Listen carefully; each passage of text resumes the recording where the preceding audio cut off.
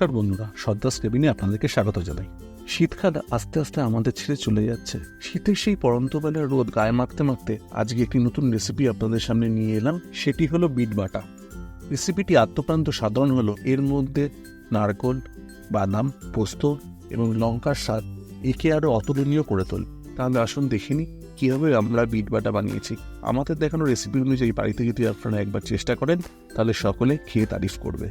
তাহলে ভিডিওটি সম্পূর্ণ দেখার অনুরোধ রইল। যে সকল উপকরণ নিয়ে আমরা বিট বাটা বানাবো সেগুলি হলো পোস্ত, সর্ষের তেল, একটি মাঝারি সাইজের নারকোল, মাঝারি সাইজের বিট, স্বাদ মতো নুন, হলুদ,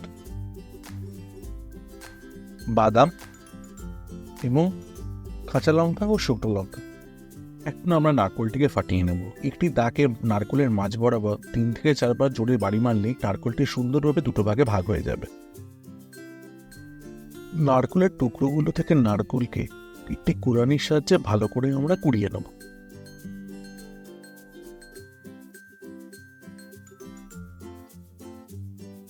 একটি ছুরি দিয়ে আমরা বিটের মাথাটি কেটে নেব এবং ফিলারের সাহায্যে পিঠের খোসা ছাড়িয়ে নেব।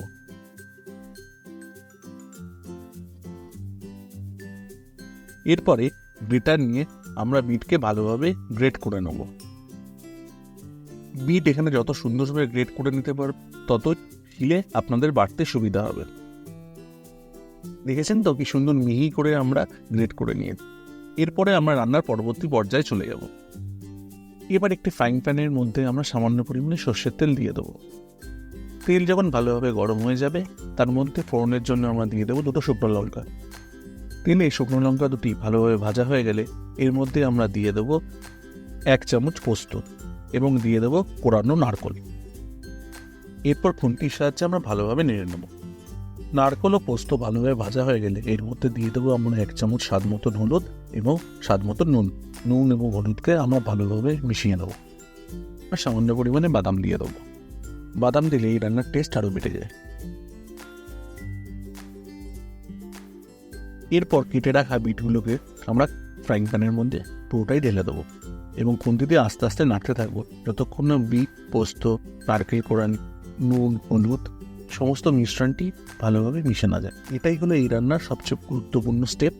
আপনি যতভাবে মিশ্রণটিকে মেশাতে পারবেন ততই আপনার রান্নার টেস্ট বাড়তে থাকবে। এরপর আমরা রান্নায় 2 শুকনো লঙ্কা এবং অল্প তেল ভালোভাবে ছড়িয়ে দেবো।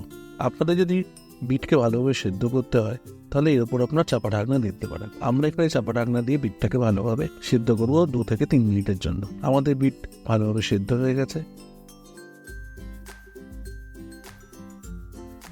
এরপর আমরা গ্যাসটি বন্ধ করে ফ্রাইং প্যানটি নিয়ে শিলের মধ্যে বিটটিকে নিয়ে বাটবো।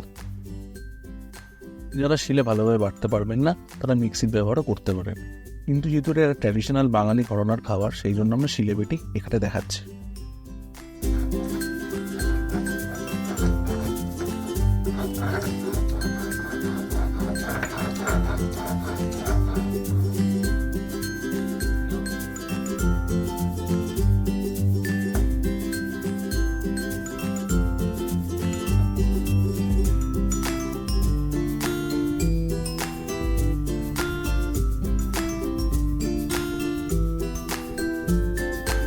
তো বন্ধুরা, শিলে বাটার ফলে আমাদের বিট কি সুন্দর মিহিভাবে পেস্ট হয়েছে। এরপর আমরা বিট বাটার মধ্যে 1 চামচ সর্ষের তেল দিয়ে দেবো যাতে খাওয়ার সময় আমরা সর্ষের তেলের একটা কাঁচা গন্ধ পাই। এটা বিট বাটার খাওয়ার টেস্টকে আরও বাড়িয়ে দেবে। বন্ধুরা, চটপট আমাদের দেখানো রেসিপি অনুযায়ী আপনারা বাড়িতে বিট বাটা বানিয়ে ফেলুন। কথা দিচ্ছি সকলে আঙুল চেটে চেটে খাবে। তাহলে আজকে এই পর্যন্তই, আবার দেখাবে অন্য কোনো রেসিপি নিয়ে। নমস্কার। আশা করি আমাদের ভিডিও আপনার ভালো লাগছে। যদি ভালো লাগে ভিডিওটি একবার লাইক অ্যান্ড শেয়ার করে দিন আর চ্যানেলটিকে একবার সাবস্ক্রাইব করে দিন। ধন্যবাদ।